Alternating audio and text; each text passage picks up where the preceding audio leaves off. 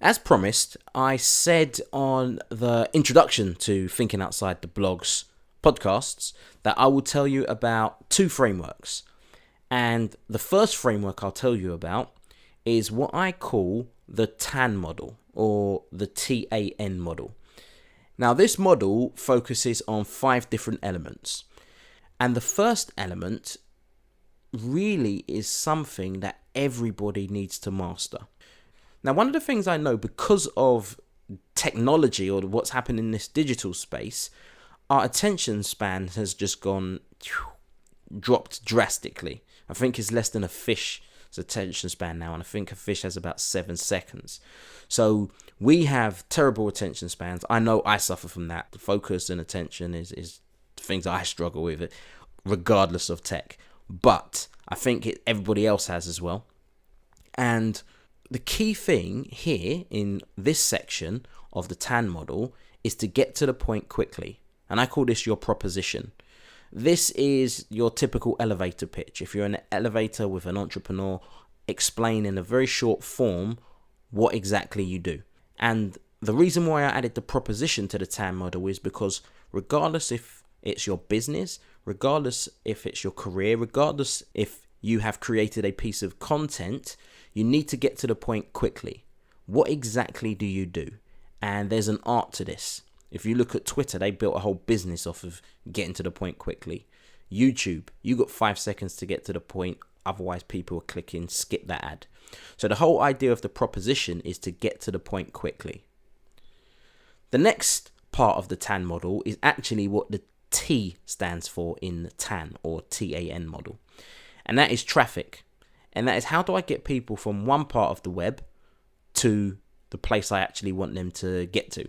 And there are a number of ways in which you can create traffic. That could be for paid traffic, i.e. advertising. That could be through your social media.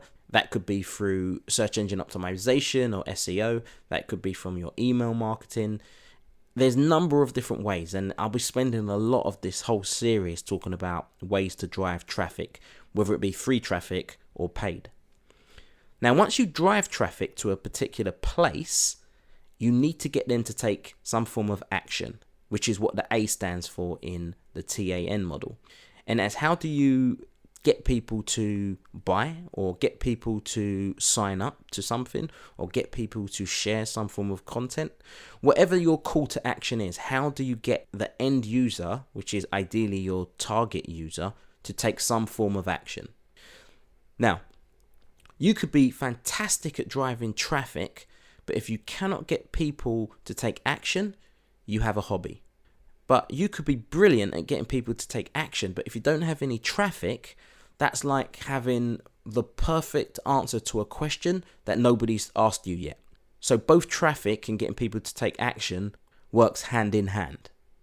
Now, the next part is what I feel the part that's usually missing when it comes to, let's say, e-commerce, i.e. getting somebody to buy something. So you want to drive traffic, and that could be paid, and then the action is buy my product. But the reality is this: when you're ready to sell, people are not always ready to buy. So sometimes you need to, what I call, do the dance with them, and that is to nurture them. And that is what the N is in the TAN model. And that is about building a community, talking to them, adding value, being able to know when to correctly ask them to buy something or take some form of action. So we have proposition, i.e. what exactly you do. We have traffic, how do I get people from A to B? We have action, how do I get people to take some form of action on my website or wherever it may be? We have nurture, and that is, if they're not ready to buy or take form of action when I want them to, how can we continue the conversation? And then the last part of the TAN model is what I call selling, and that is understanding how people buy online. And it's understanding the psychology of selling, understanding when is the right time to sell or have the conversations to sell. I work with a lot of companies, especially small businesses, where their first conversation is about selling. Hey, buy this product. Hey, check out this new jewelry line or this new fragrance or whatever they're selling. Where actually the content is not wrong, it's just that they're putting it in the wrong place. So that's what I really talk about when it comes to the sell part. And like I said in the introductory podcast stroke video of this series, a lot of what I'll be talking about moving forward will go back to the 4 foundations. Now, as I said before, the 4 foundations will include what I call the so what factor, i.e. why are you doing this? It will include 2 frameworks. So this is one framework, the TAN model or the TAN model. And the other framework is the content quadrant, which I'll talk about probably on the next podcast stroke video.